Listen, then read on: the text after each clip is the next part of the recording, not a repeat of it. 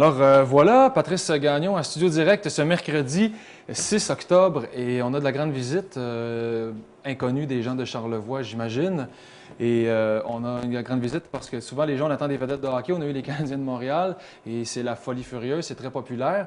Et là, on a quelqu'un d'une importance internationale et qui touche un autre domaine, qui est une certaine forme sportive, mais vous allez le constater avec l'entrevue qu'on aura avec M. Yogi Babacar Kane. M. Babacar, bienvenue à TVCVM.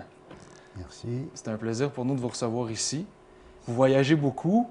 Et on a la chance de vous avoir ici même à Cap-à-l'Aigle. C'est quand même un honneur pour ceux qui connaissent la discipline que vous allez nous parler bientôt. C'est quand même un privilège de vous avoir ici. Donc, en fait, on a un terme avec votre nom qui est yogi. Oui. On peut commencer comme ça peut-être d'expliquer qu'est-ce que le mot yogi qui vous représente bien ici. Alors, en gros, dans le mot yoga, il y a union. Union avec quoi? De l'homme avec son idéal, l'homme avec la divinité. D'ailleurs, ça rejoint un petit peu le mot religion, dans le sens de religare, relier à, donc à son Dieu, à son idéal, en gros. Donc tout le monde peut faire du yoga, mais on peut aussi même être athée et pratiquer le yoga.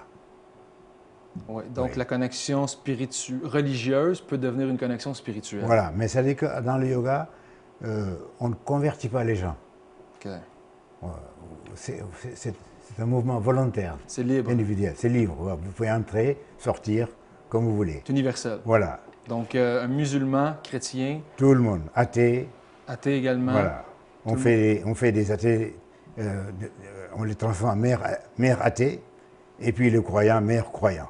Donc, yogi, c'est Et le sportif, plus performant.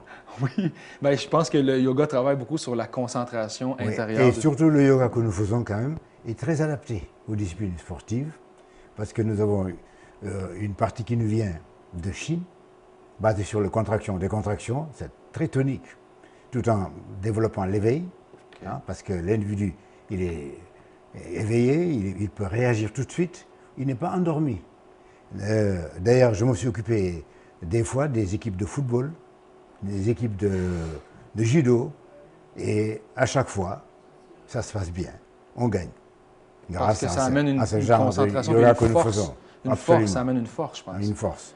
Et puis l'autre volet, c'est l'Égypte. Vous aurez l'occasion de voir, peut-être de vous montrer les images sur l'Égypte. Il y a de belles postures. Et les images qu'on voit en Égypte, la plupart, c'est des postures de yoga. Oui, parce que là, vous parlez d'Égypte, on parle de plusieurs pays. Il y a la Chine également. Le yoga a été introduit en Chine. Oui. Vous voyagez dans plusieurs pays. Oui. Vous avez accès à plusieurs cultures. Est-ce que le yoga se transforme à travers les cultures ou si la discipline reste la même et c'est ce qui fait qu'elle est universelle comme ça? C'est universel. Et évidemment, j'ai commencé dans les années 60 à Dakar à enseigner. Et puis à partir de 64, des médecins m'ont sollicité un peu partout en Europe. Et puis, voilà, c'est parti petit à petit.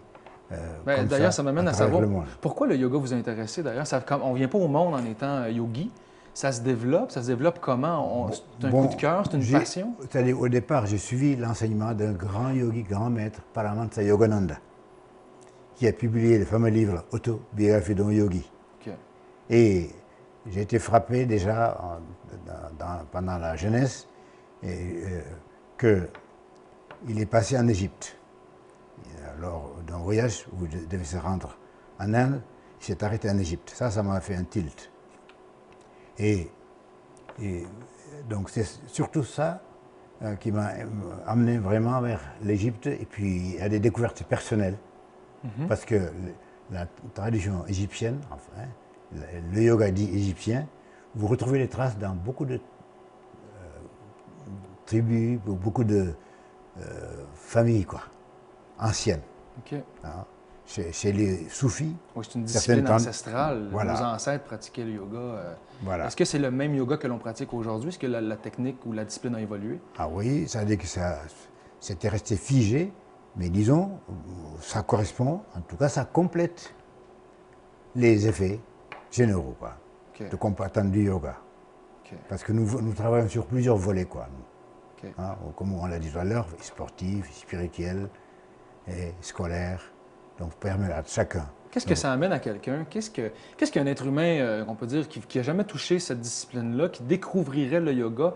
C'est quoi qui nous frappe à la prime abord? Parce que oui, il y a la spiritualité, mais j'imagine qu'il faut que chaque être humain ait cette porte ouverte-là dans elle, sinon il refuse, puis le yoga ne l'atteint pas, ou il ne peut pas Oui. avancer dans cette... Qu'est-ce que ça prend pour se En laisser tout cas, atteindre nous, par la je ne philosophie parle pas yoga? des autres formes de yoga. Nous, ce que nous faisons, quelqu'un peut venir en disant « je veux me muscler un peu ».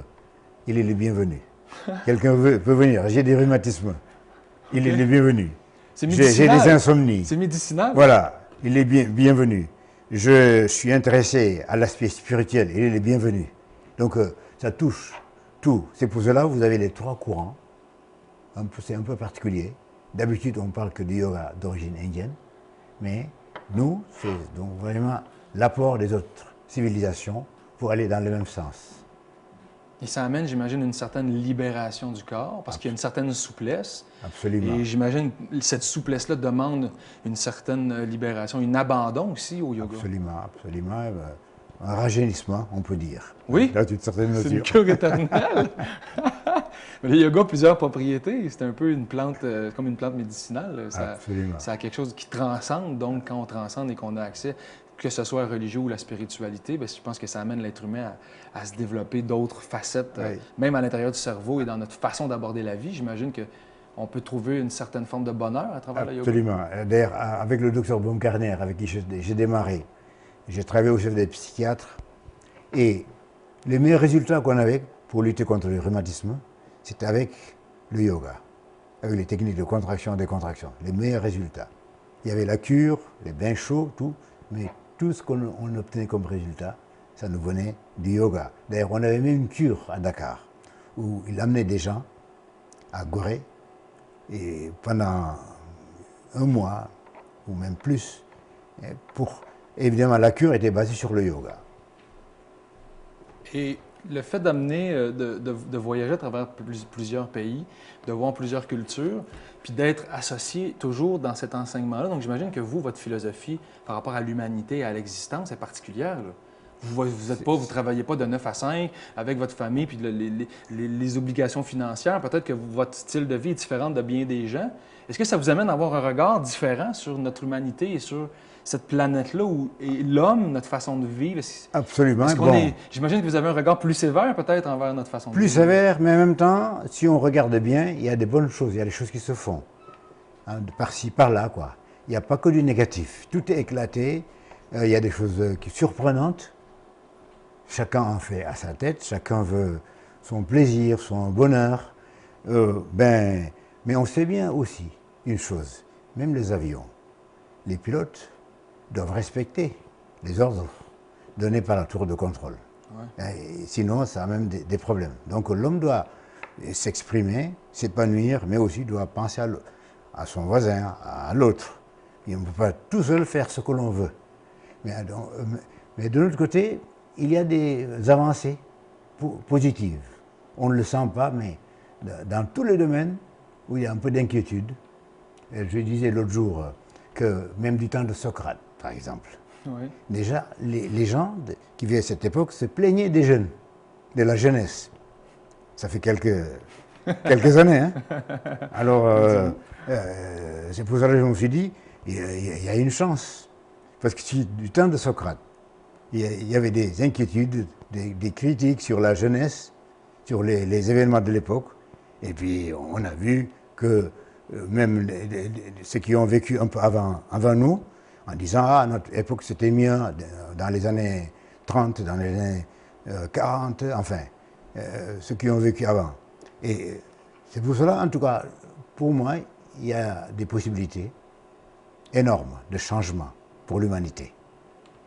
Bien, Krim, c'est bien de vous l'entendre dire, parce que j'imagine que votre relation avec votre Dieu, elle est particulière. Et ce Dieu-là disparaît dans les nouvelles générations. De moins en moins, les jeunes sont croyants. Je ne sais pas comment ça se passe ailleurs sur la planète.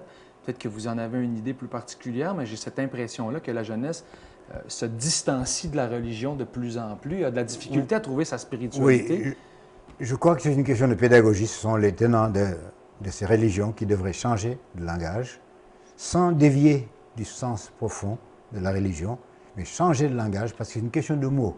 Dieu. Si un athée et celui qui se dit croyant, s'ils se mettaient à discuter calmement, on va voir, ils vont trouver beaucoup de points communs. Parce que Dieu, ce n'est pas une question de mots. Hein, et c'est pas seulement, c'est un état. C'est comme on parle de l'eau, un verre d'eau, boire un verre d'eau quand on a soif, c'est une chose. Mais parler de l'eau, on peut parler même de la composition de H2O, mais quelqu'un qui a soif, vous pouvez lui faire une exposition sur la chimie de l'eau, ça ne suffit pas. Non. Il faut boire. D'ailleurs, on devrait suivre l'enseignement du Christ. Ce que vous dites, c'est qu'il faut goûter à Dieu simple. Et non en parler ou d'essayer de le visualiser ou de le concrétiser. Il faut goûter à Dieu. Mais le Christ était simple. L'exemple qu'il donnait, mangez, ceci est mon corps. Buvez, ceci est mon sang. Il part de l'expérience. C'est ça qu'on devrait faire. Et à travers le yoga, on peut vivre ça peut-être. Absolument. Et donc, il y a pas mal de gens qu'on dit à terre, loin de la foi, ils y sont, à leur manière. C'est une question d'approche. Oui. Moi, je dis toujours que tu crois en n'importe quel Dieu. Si ton prochain tombe par terre et te demande de l'aide avec sa main, tends ta main et relève-le. À partir de là, qu'il soit de n'importe quelle autre culture ou religion, on s'en fout. Et puis, bon, on dit Dieu, mais il y a beaucoup d'attributs qui sont en relation avec Dieu. La bonté, la sérénité, la confiance. Tout ça, c'est en relation avec Dieu. Oui. Écoutez, gars, le temps file. Moi, c'est le genre de discussion que je pourrais avoir très longuement avec vous. J'apprécie beaucoup ce temps-là. Écoutez, parce que ceux qui seraient intéressés à en savoir plus sur vous, il y a évidemment le site Internet yogikane.ch. On le voit à l'écran. D'ailleurs, je vais le mettre à l'écran. Là, on va le voir à l'écran. On le voit à l'écran. Et c'est un site où on peut avoir plusieurs informations sur vous, sur votre passé, sur votre enseignement, sur la philosophie reliée à cette discipline-là. Et également, plus près d'ici, à Québec, pour les gens de Charlevoix, il y a l'Institut international de yoga, qui est la section de Québec, qui se situe au 2006 chemin Saint-Louis. Sur le site iiyoga.ca, c'est très facile, on le voit encore à l'écran. On peut avoir des informations et on peut même aller directement à l'Institut pour rencontrer des enseignants et pratiquer le yoga directement là-bas, si je ne me trompe pas. Hein. Tout à fait. Donc voilà, de toute façon, si les gens veulent de l'information, ils peuvent consulter ce site Internet-là ou téléphoner au 88 650 6002. Yogi Babacar, c'est un immense honneur de vous avoir eu avec nous. Merci beaucoup. On va vous laisser parce qu'on sait que vous avez nous nous remercions. Des gens qui vous attendent pour votre enseignement. On prendra de l'image et au courant de l'émission, on vous montrera un peu à quoi ça ressemble une classe avec M. Yogi Babacar Kane. Merci bien d'avoir participé à l'émission.